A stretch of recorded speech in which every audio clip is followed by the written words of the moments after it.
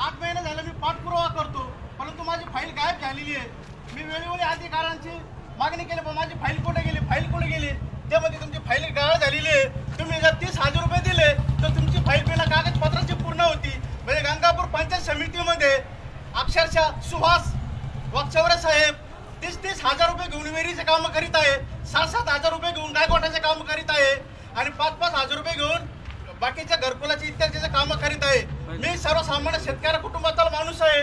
मी या आता आपल्याला याच्यातून विनंती करतो की सदर झालेल्या भ्रष्टाचाराची चौकशी करण्यात यावी आणि 3 ऑगस्ट पासून आतापर्यंत किती फायली झाल्या, त्या फाईलमध्ये आमच्या फायली गोरगरिबांच्या फायली जात्या पुढे 30,000 रुपये दिले तर एकही कागदपत्र लागत नाही।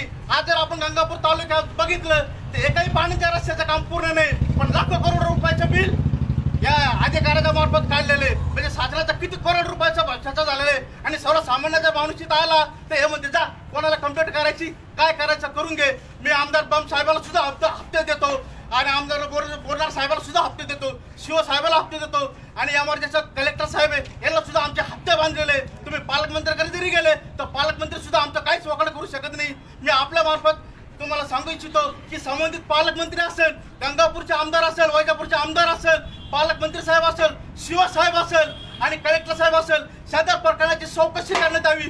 मी जर दोषी असेल तर माझ्यावर कायदेशीर कार्यवाही करण्यात यावी। अन्यथा सुहास वाकचौरे साहेबांना तात्काळ कायमस्वरूपी सेवेतून बडतर्फ करण्यात यावं या मागणीसाठी मी आंदोलन करत आहे। आणि मला जर न्याय नाही भेटला तर 4 तारखेला मी शिव साहेबांच्या कॅबिनमध्ये आत्मदानाचा इशारा दिलेला आहे, त्याच्या रिसर मी प्रोसिजर घेतलेली आहे।